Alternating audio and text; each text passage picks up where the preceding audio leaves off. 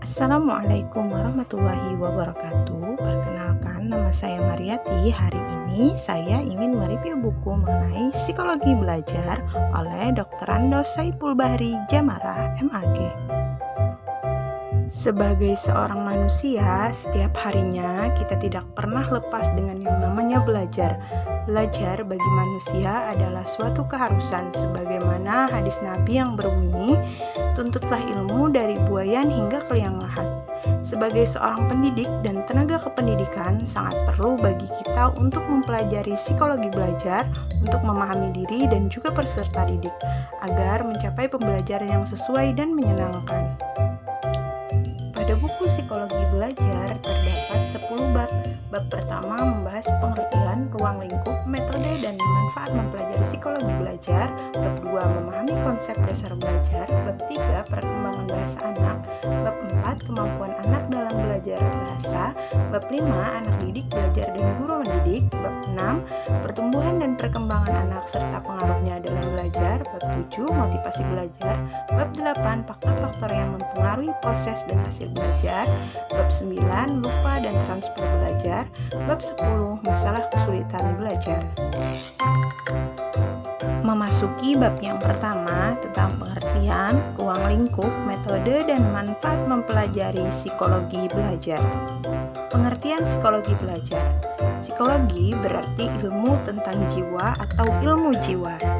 Sedangkan belajar adalah aktivitas yang dilakukan individu secara sadar untuk mendapatkan sejumlah kesan dari apa yang telah dipelajari dan sebagai hasil dari interaksi dengan lingkungan sekitarnya. Jadi, psikologi belajar dapat disimpulkan bahwa sebuah disiplin psikologi yang berisi teori-teori psikologi mengenai belajar, terutama mengupas bagaimana cara individu belajar atau melakukan pembelajaran. Selanjutnya, ruang lingkup psikologi belajar. Psikologi belajar memiliki ruang lingkup yang secara garis besar dapat dibagi menjadi 3 pokok bahasan, yaitu masalah belajar, proses belajar, dan situasi belajar. Metode psikologi belajar. Metode psikologi belajar terbagi menjadi 5: eksperimen, observasi, genetik, riwayat hidup, dan tes. Selanjutnya, apa manfaat mempelajari psikologi belajar? Manfaatnya memberikan wawasan kepada guru dan calon guru mengenai siapa anak didik dan bagaimana cara belajarnya. Bab 2, memahami konsep dasar belajar. Pengertian belajar. Belajar adalah suatu kegiatan yang dilakukan dengan melibatkan 2 unsur, yaitu jiwa dan raga. Sedangkan hakikat belajar adalah perubahan dan tidak setiap perubahan adalah sebagai hasil belajar. Ciri-ciri belajar. Yang pertama, perubahan yang terjadi secara sadar. 2, perubahan dalam belajar bersifat fungsional. 3, perubahan dalam belajar bersifat positif dan aktif. 4, perubahan dalam belajar bukan bersifat sementara. 5, perubahan dalam belajar bertujuan atau terarah. Dan yang keenam, perubahan mencakup seluruh aspek tingkah laku.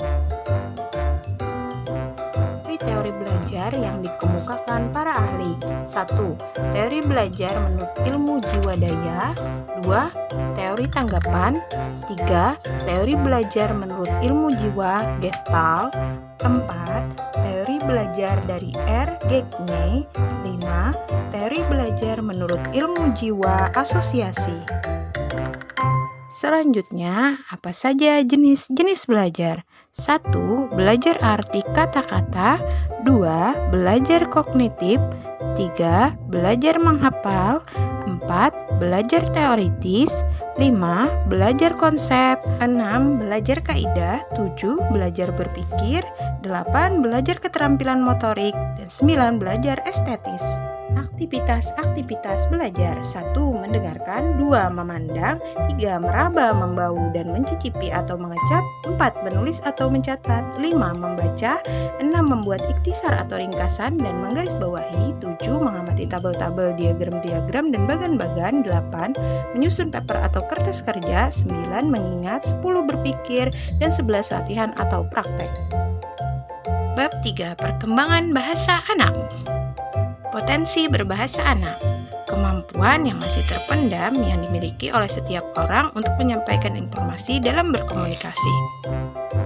Selanjutnya, perolehan bahasa anak. Perolehan bahasa anak dapat dibagi menjadi dua macam, yaitu bahasa ibu atau bahasa pertama dan bahasa asing atau bahasa kedua. Selanjutnya, tugas-tugas pengembangan bahasa. Yang pertama, anak dapat mengerti pembicaraan orang lain. Yang kedua, anak dapat menyusun dan menambah pembendaharaan kata. Yang ketiga, anak dapat menggabungkan kata menjadi kalimat. Yang keempat, anak dapat mengucapkan dengan baik dan benar. Perkembangan kemampuan berbahasa anak terjadi ketika anak berbicara kepada dirinya sendiri, terjadi ketika berlangsung kontak antara anak dengan temannya dan dengan lingkungannya. Bab 4. Kemampuan anak dalam belajar bahasa. Anak-anak dalam proses belajar bahasa. Menurut Chair, anak-anak yang masih berada dalam masa pekannya mudah untuk belajar bahasa. Selanjutnya, apa saja prinsip-prinsip belajar bahasa? Yang pertama, motivasi. Kedua, pengalaman sendiri. Tiga, keingintahuan. Empat, pemecahan masalah. Lima, berpikir analitis, sintesis. Enam, perbedaan individual. Perbedaan kemampuan anak dalam belajar bahasa. 1. Umur anak. 2. Kondisi fisik. 3. Kesehatan. 4. Intelijensi. 5. Status sosial ekonomi keluarga. 6. Hubungan keluarga. 7. Kondisi lingkungan. 8. Bahasa pertama. Hubungan kemampuan berbahasa dengan kemampuan berpikir dan belajar. Kemampuan anak dalam berbahasa mempengaruhi kemampuan anak dalam belajar. Dalam realitas sosial, sering ditemukan anak yang mengalami kesulitan belajar karena miskinnya penguasaan pembendaharaan kosakata. Bab 5. Anak didik, belajar, dan guru mendidik. Anak didik dan proses belajar. Anak didik adalah subjek utama dalam pendidikan. Dialah yang belajar setiap saat. Belajar anak didik tidak mesti harus selalu berinteraksi dengan guru dan proses belajar edukatif. Setiap anak didik berbeda, yaitu dari segi 1. Perbedaan biologi, 2. Perbedaan intelektual, dan 3. Perbedaan psikologis. Belajar berdasarkan prinsip tertentu agar setelah melakukan kegiatan belajar didapatkan hasil yang efektif dan efisien. Tentu saja diperlukan prinsip-prinsip belajar tertentu yang dapat melapangkan jalan ke arah keberhasilan belajar. Guru sebagai pribadi kunci. Di sekolah, guru-guru merupakan pribadi kunci. Gurulah panutan utama bagi anak didik. Semua sikap dan perilaku guru akan dilihat, didengar, dan ditiru oleh anak didik. Sebagai pribadi yang selalu digugu dan ditiru, tidaklah berlebihan bila anak didik selalu mengharapkan figur guru yang senantiasa memperhatikan kepentingan mereka. Guru sebagai pengajar dan pendidik. Mengajar hanya sebatas menuangkan sejumlah bahan pelajaran kepada anak didik di kelas dan di ruangan tertentu. Sedangkan mendidik adalah suatu usaha yang sengaja untuk membimbing dan membina anak didik agar menjadi manusia susila yang cakap, aktif, kreatif, dan mandiri. Sampai kapanpun anak didik selalu menghajatkan kehadiran guru untuk mendidik dan mengajarnya. Prinsip mengajar sebagai pijakan guru. Prinsip mengajar yang harus dikuasai guru. 1.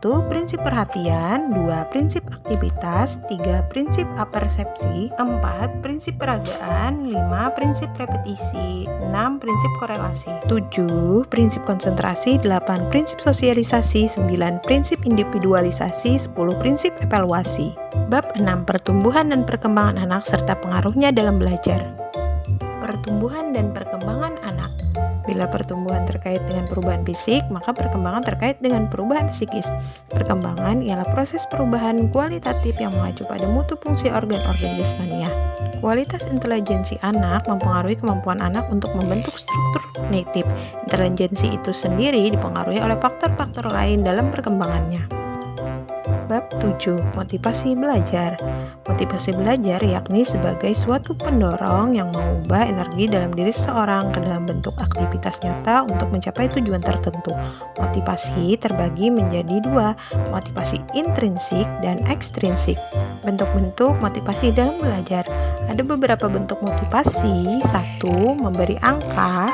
2. Hadiah. 3. Kompetensi. 4. Ego involvement. 5. Memberi ulangan. 6. Mengetahui hasil. 7. Pujian. 8. Hukuman. 9. Hasrat untuk belajar. 10. Minat. 11. Tujuan yang diakui. Bab 8. Faktor-faktor yang mempengaruhi proses dan hasil belajar. Faktor lingkungan. Lingkungan merupakan bagian dari kehidupan anak didik. Dalam lingkunganlah anak didik hidup dan berinteraksi dalam mata rantai kehidupan yang disebut ekosistem. Lingkungan terbagi menjadi dua, lingkungan alami dan lingkungan sosial budaya. Faktor instrumental, yaitu 1. Kurikulum, 2. Program, 3. Sarana dan fasilitas, 4. Guru. Kondisi fisiologis. Kondisi fisiologis pada umumnya sangat berpengaruh terhadap kemampuan belajar seseorang. Orang yang dalam keadaan segar jasmaninya akan berlainan belajar dari orang yang dalam keadaan kelelahan.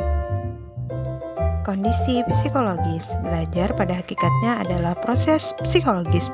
Oleh karena itu, minat, kecerdasan, bakat, motivasi, dan kemampuan-kemampuan kognitif adalah faktor-faktor psikologis yang utama mempengaruhi proses dan hasil belajar anak didik. Bab 9. Lupa dan transfer belajar. Lupa. Syarat lupa adalah pernah mengalami. Fenomena lupa dapat terjadi pada siapapun juga. Lupa adalah fenomena psikologis, suatu proses yang terjadi di dalam kehidupan mental. Transfer belajar. Transfer belajar adalah pemindahan atau pengalihan hasil belajar yang diperoleh oleh peserta didik. Bab 10. Masalah kesulitan belajar. Kesulitan belajar. Setiap anak didik datang ke sekolah tidak lain kecuali untuk belajar di kelas agar menjadi orang yang berilmu pengetahuan di kemudian hari. Kesulitan belajar adalah suatu kondisi di mana anak didik tidak dapat belajar secara wajar, disebabkan adanya ancaman, hambatan, ataupun gangguan dalam belajar. Siapapun yang akan menerjunkan diri ke dalam dunia pendidikan suatu saat nanti akan banyak dihadapkan pada berbagai masalah bila tidak mengetahui siapa anak didik dan bagaimana cara belajarnya. Penyebab utama dari kegagalan seorang guru dalam menjalankan tugas mengajar di depan kelas adalah kedangkalan pengetahuan guru terhadap siapa anak didik dan bagaimana cara belajarnya.